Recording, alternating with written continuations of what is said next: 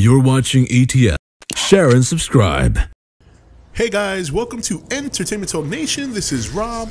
This video, we're going to have another game discussion, and we're going to talk about microtransactions. Yes, microtransactions. Another in the sin book of the game industry.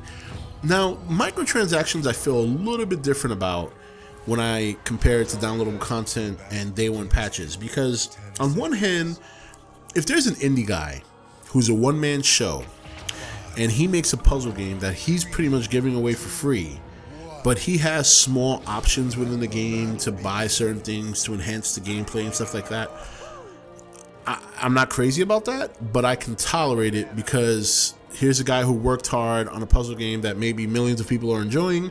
He needs to make a buck. I get it. When larger companies do it, it drives me nuts. It drives me nuts. It drives me nuts because why?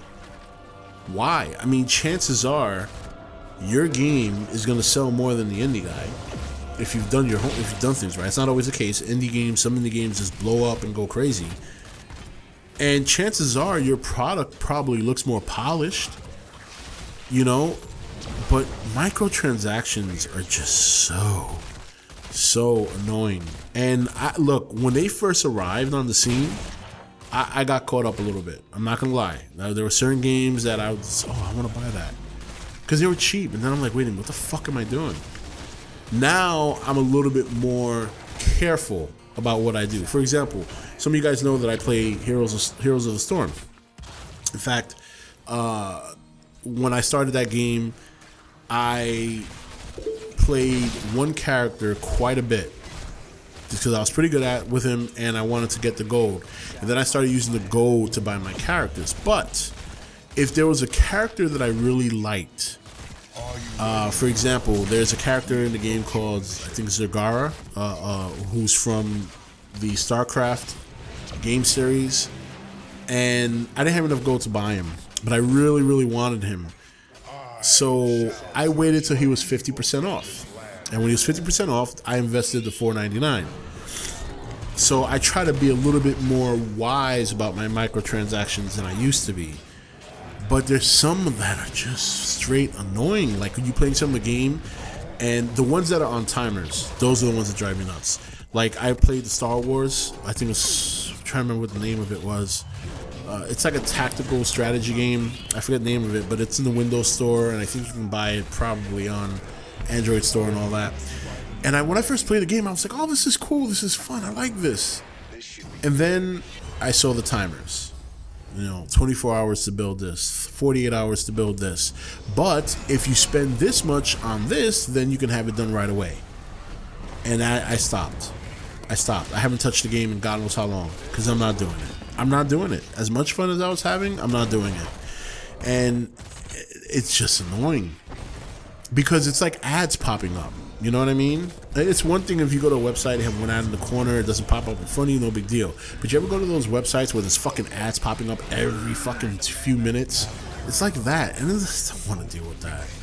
I don't want to deal with that. It's just like, really? And microtransactions really, it's really been a bad thing. But again, I don't mind the indie guy doing it so much because if he's releasing a free game, he's got to make a buck. You got to invest in those guys. They work hard to make some of these really cool, you know, not AAA games, but really fun games that are affordable or free. And I don't mind throwing a buck in that direction. I really don't, because they need the support more than anything. But if I see a major game company like EA, I don't know if any of you guys know this, but EA is going hard ass in the microtransaction direction. Hard ass. They're going with Android games. They're doing that sort of shit.